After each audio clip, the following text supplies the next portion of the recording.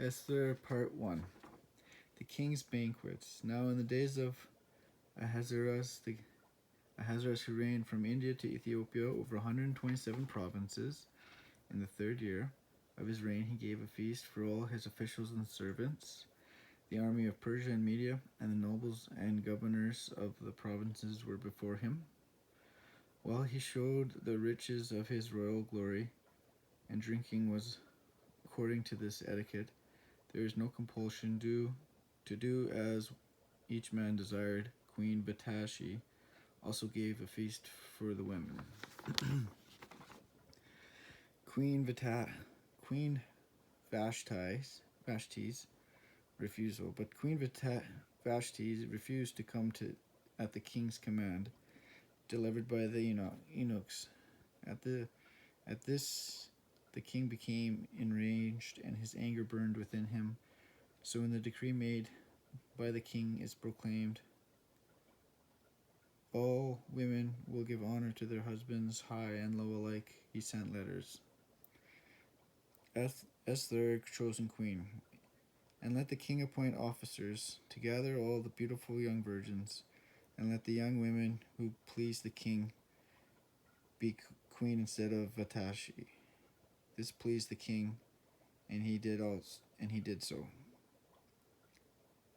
Now there was a Jew, his name was Mordecai, who had been carried away from Jerusalem when the turn came for Esther, the daughter of Abigail, the uncle of Mordecai, who had taken her as his own daughter. The king loved Esther more than all the women, and she won grace and favor in his sight more than all the virgins, so that he set the royal crown on her head and made her queen instead of Vatashi. Mordecai discovers a plot. Esther had not made known her kindred or her people, as Mordecai had commanded her, for Esther obeyed Mordecai just as when she was brought up by him.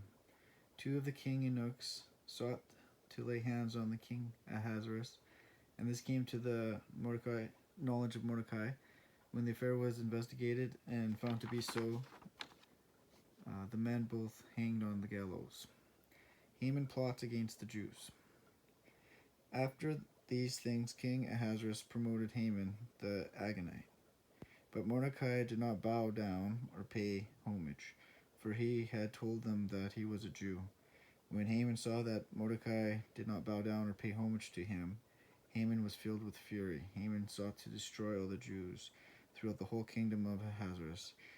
Then Haman said to the king, "Their laws are different. They do not keep the king's laws, so that it is not to the king's profit to tolerate them." So the king took his signet ring from his hand and gave it to Haman. The king said, "The money is given to you, the people also, to do with them as it seems good to you." Letters were sent by couriers to all the king's provinces with instructions to kill, to destroy, to kill, to annihilate all Jews, young and old, women and children, in one day, the 13th day of the 12th month.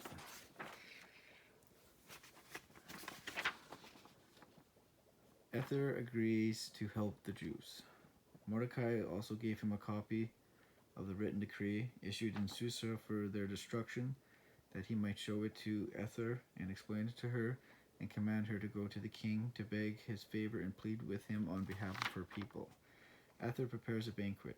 He held out to Esther the golden scepter, and as they were drinking wine after the feast, Esther answered, "My wish and my request is, let the king and Haman come to the feast that I will prepare for them, and tomorrow I will do as the king has said." Haman plans to hang Mordecai.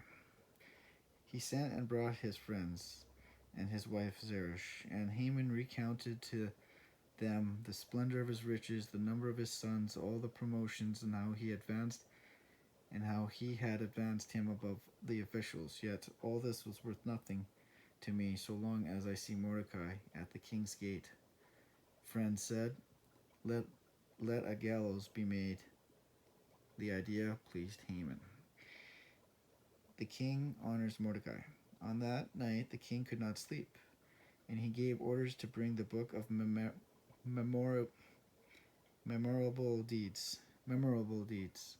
And it was found written how Mordecai had told about Bigthana and Teresh, what honor or distinction has been bestowed on Mordecai for this. So Haman came in. King said, "What should be done to the man whom the king delights to honor?" Then the king said to Haman, "Hurry, take the robes and the horse as you have said, and do so to Mordecai." Esther reveals Haman's plot. "What is your wish, Queen Esther? If I have found favor in your sight, O king, and if it please the king, let my life be granted for my wish, and my people for my request. For I have been sold, I and my people, to be destroyed, to be killed, and to be annihilated." And Esther said, "A foe and enemy, this wicked Haman. Haman is hanged." Then Harbona, one of the eunuchs in attendance on the king, said, "Moreover, the gallows that Haman has prepared for Mordecai is standing at Haman's house." King said, "Hang him on that." Esther saves the Jews. Let an order be written to revoke the letters devised by Haman. Then he sent the letters by mounted couriers riding on swift horses, saying that the king allowed the Jews who were in every city to gather and defend their lives. There was gladness and joy among the Jews, a feast and a holiday, and many from the people of the country declared themselves Jews, for fear of the Jews had fallen on them. The Jews destroy their enemies. Now, in the 12th month, which is the month of Adar, and no one could stand against them. And the king said to Queen Esther, "In Susa, the citadel, the Jews have killed and destroyed 500 men, and also the 10 sons of Haman." A decree was issued in Susa, and the 10 sons of Haman were hanged. On the 14th day, they killed 300 men in Susa.